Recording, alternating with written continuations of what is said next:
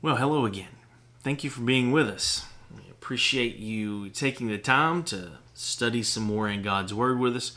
We're rolling around to the end of the book of Acts, and I want to remind us quickly about where we came from. Back whenever we first started the book of Acts, we came out of Romans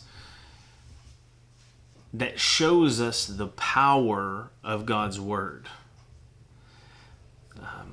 The power of God telling us what's on His mind or what's on His heart or His promises. And when we look at God's Word, it has the power to change us as we believe in what He has to say. And today, there is quite the adventure goes on in the book of Acts in chapter 27 that we're going to look at. And as we look at it, I want us to see that surrounding this adventure is a promise of God. And then later on we'll make some conclusions on our life. But really, at the bottom line, what we're looking at is that outside of God's Word, outside of God's communication with us, there is no contingency plan. There is no backup plan. It's this and this alone. And this is what we believe in. Well, let's look at what happens in Acts chapter 27. Is that right? Yes, Acts chapter 27. Verse 1. When it was decided that we would sail for Italy, they proceeded to deliver Paul and some other prisoners to a centurion of the Augustan cohort named Julius. And embarking in an Andromitian ship, which was about to sail to the regions along the coast of Asia, we put out to sea accompanied by Aristarchus, a Macedonian of Thessalonica. The next day we put in at Sidon, and Julius treated Paul with consideration and allowed him to go to his friends and receive care. From there we put out to sea and sailed under the shelter of Cyprus because the winds were contrary. Now, let me stop there in verse 4. The stage is set. Paul has been promised by God that he would be going to Rome. And Paul has held out on that promise. He wants to go to Rome. He wants to go to Italy. He wants to stand before Caesar and share the gospel with him. And so now, under being a prisoner, he's now being sent. And apparently Luke is with him. And then Aristarchus is also, who we read of in other letters, is with Paul while he's on this ship. And he's under the care of this centurion. And Luke always speaks very highly of the centurions, that they are men of good character.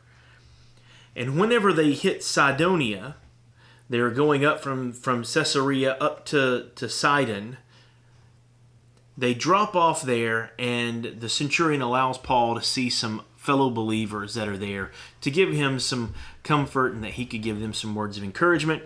And then they put out to sea, and they didn't get very far before they had to change course because the winds were driving them away from their chosen course. Let's see what happens. Verse 5. When we sailed through the sea along the coast of Cilicia and Pamphylia, we landed at Myra in Lycia. There, the centurion found an Alexandrian ship sailing for Italy, and he put us aboard it. When we had sailed slowly for a good many days, and with difficulty had arrived off of Cnidus, since the wind did not permit us to go further, we sailed under the shelter of Crete off Salmone. And with difficulty sailing past it, we came to a place called Fair Havens, near which was the city of Lasea. When considerable time had passed, and the voyage was now dangerous, since even the fast was already over, that's the Passover, Paul began to admonish them, and he said to them, Men, I perceive that the voyage will certainly be with damage and great loss, not only to the cargo and the ship, but also of lives. But the centurion was more persuaded by the pilot and the captain of the ship than by what was being said by Paul.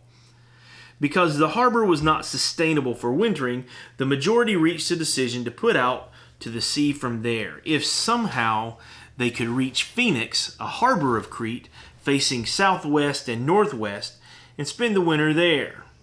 When a moderate south wind came up, supposing that they had attained their purpose, they weighed anchor and began sailing along Crete, close inshore. So because of weather, they are put off their course, and instead of going along the coast of Asia Minor, they set deep into the Mediterranean Sea and go into the island of Crete. And as they're along the bottom side, hoping that the wind would get blocked by the island of Crete, they stopped for some time, but they're really wanting to get going. And Paul tells the centurion, if we go, it's going to be dangerous. There's going to be loss of cargo and loss of life. But the centurion talks to the captain and the pilot. They go over what's going on and what's going to happen. And they think that they could make it. So the centurion listens to them. And then they put out to sea. They didn't get very far until verse 14. But before very long, there rushed down from the land a violent wind called Euraquilo, or a northeaster. And when the ship was caught in it and could not face the wind, we gave way to it and let ourselves be driven along. Running under the shelter of a small island called Clauda, we were scarcely able to get the ship's boat under control. After they had hoisted it up, they used supporting cables in undergirding the ship, and fearing that they might run aground on the shallows of Syrtis, they let down the sea anchor, and in this way let themselves be driven along. The next day, as we were being violently storm-tossed, they began to jettison the cargo. And on the third day, they threw the ship's tackle overboard with their own hands. Since neither sun nor stars appeared for many days, and no small storm was assailing us, from then on, all hope of being saved was gradually abandoned. So here's the situation. They've been warned. But God had promised Paul he would go to Rome. Remember, God had told Paul, you're going to stand in front of Caesar. And so Paul is sure that he's going to make it, but he's not sure that all the people who are around him are going to make it. And then they get caught up in this storm that they can't go through, this storm that has them so knocked around that they have to get rid of their cargo to lighten the load. And then the tackle that helps them on the ship, the ropes and the pulleys and all that sort of stuff. They got rid of all that. They're getting rid of all the excess weight that they can. And it's still not helping. And gradually, over days of not being able to tell their direction because the sun and the stars have been covered up for days. They've lost their direction. They've gotten rid of everything that they can. And they're still in trouble. And eventually what happens is their hope, the hope of the people on board to make it through, was abandoned. They're on a ship of abandoned hope, save for Paul. And here's what happens next. Verse 21. When they had gone a long time without food, then Paul stood up in their midst and said, Men, you ought to have followed my advice, and not to have set sail from Crete and incurred this damage and loss. Yet now I urge you to keep up your courage, for there will be no life lost among you, but only the ship. For this very night an angel of God, to whom I belong and whom I serve, stood before me, saying, Don't be afraid, Paul. You must stand before Caesar. And behold, God has granted you all those who are sailing with you. Therefore keep up your courage, men, for I believe God that it will turn out exactly as I have been told. But we must run aground on a certain island. Paul stands up. In a moment of hopelessness, in a moment of darkness and despair, whenever people think there's no way they're going to make it, Paul stands up and says,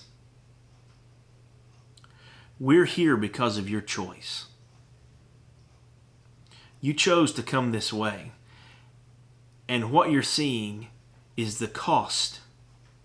You should have listened to me, but you didn't.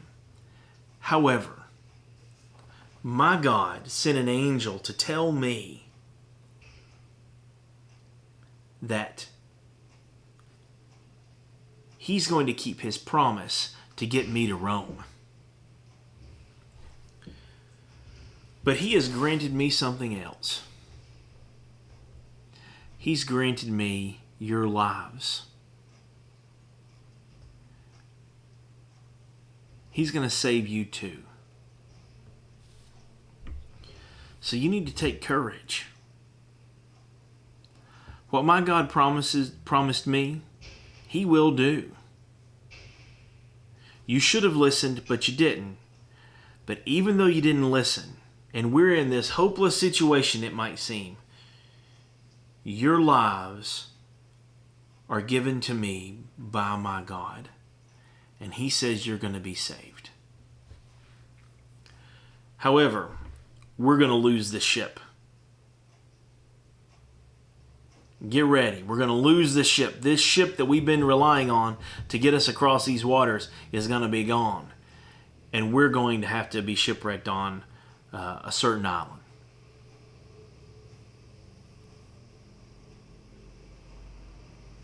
You know what the people did? Verse 27. When the 14th night came, as we were driven about in the Adriatic Sea, about midnight the sailors began to surmise that they were approaching land. They took soundings and found it to be 20 fathoms, and then a little farther they took another sounding and found it to be 15 fathoms. Fearing that they were going to run aground on some rocks, they cast out 4 anchors from the stern and wished for daybreak.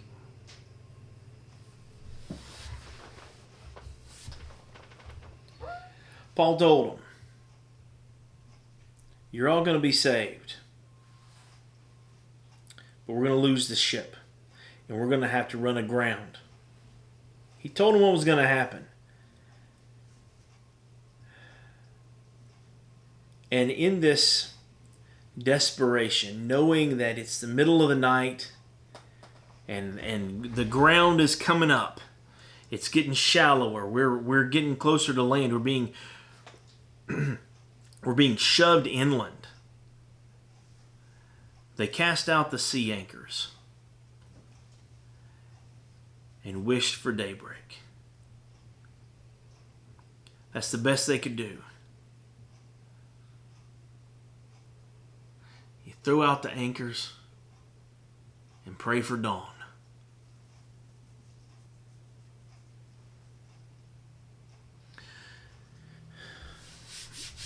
You know,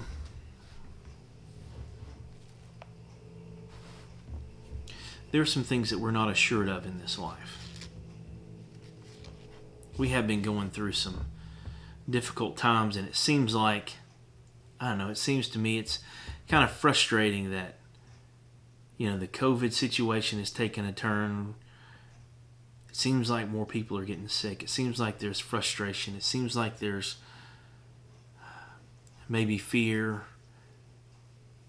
It seems like maybe this thing, I don't know, in the dark moments of the night when I'm lying awake in bed, I think about what's happening to us.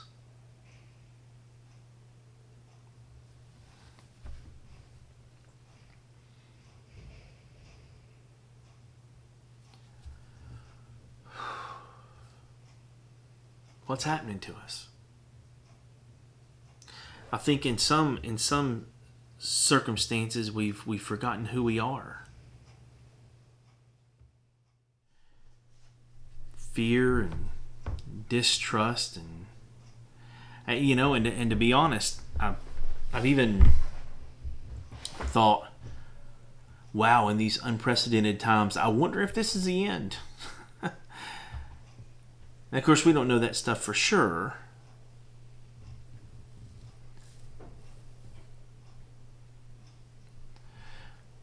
And then it hit me. And then it hits me that we are in this adventure together. We're in this adventure together, like Paul was in this adventure with these people. He had gotten placed in this moment because of a promise of God. I'm going to get you to this place over here. You can bank on it. And so he gets placed with these folks. He doesn't really have any choice about. They're just with him. And he's in this time with them of darkness, of no bearing. Whenever folks have lost hope, whenever folks are losing hope, and we're just like that. We've been told by God that He's going to get us home. He's got something better for us. Our choices have placed us in this ship together with these other folks around us, both our brothers, like Paul had Luke and Aristarchus, but some prisoners, some sailors, some captains, some people of a lot of different backgrounds are all with us, and we're all together on this ship. And the important thing is not the ship. We work so hard to save our economy, to save health care, to save anything that's keeping our life afloat in our own minds. We work so hard to keep all this stuff together when what's really gonna get us there is our belief in what God has promised. There is no other contingency plan. There is nothing that's going to get us to the end except God and God Himself and His Son Jesus, who gave Himself to pay to make sure we get there. And His Spirit that strengthens us.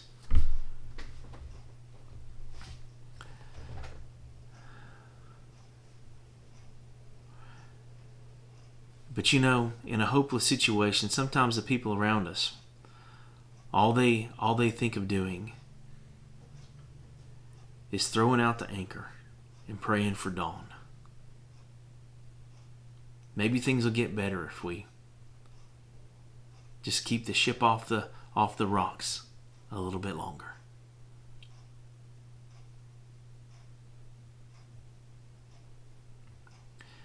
I don't know what's going to happen to us.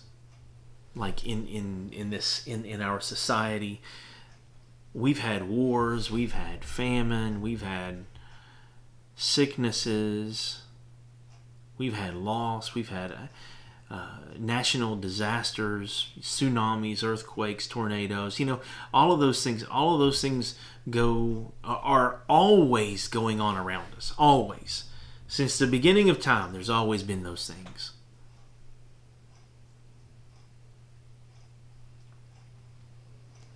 And I firmly believe that those things, that God uses those things to show us it is not the ship that we should trust in. It is the God who's bigger than the ship.